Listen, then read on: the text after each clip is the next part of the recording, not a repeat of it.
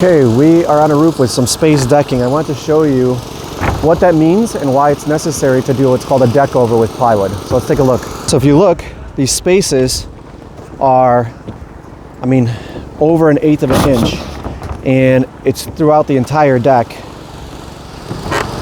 You see right here.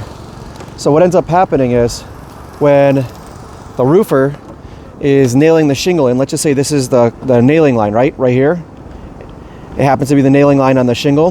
When they hit, it pushes through here. Now you have a hole, and now it's potential for a leak. Plus, it's not securing the shingle correct. Then you get asked, well, why don't you just nail around it?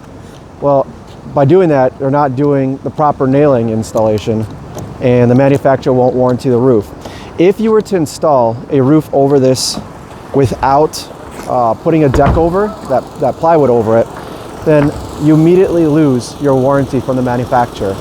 So if getting a warranty and ensuring that the install is good is important to you, you want to make sure that it's done correctly. And the only way to do it correctly is by taking off, by only putting on the new plywood sheathing. Now you don't have to have very thick sheathing on here because you already have that rigid support underneath it with the space decking.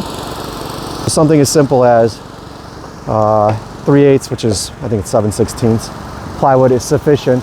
And another thing that I often find guys doing is not nailing the sheathing correctly and leaving the decking without any spaces. So you want to make sure that there's at least 1/8 of an inch space between each piece of plywood. So for example, you could use a nail between it just as a guide to leave the proper amount of spacing. So hopefully that answers anyone's questions about why you would need to do a deck over on a roof, so you don't have problems like the nailing of the shingles afterwards, and ensure you get that awesome warranty that you were promised.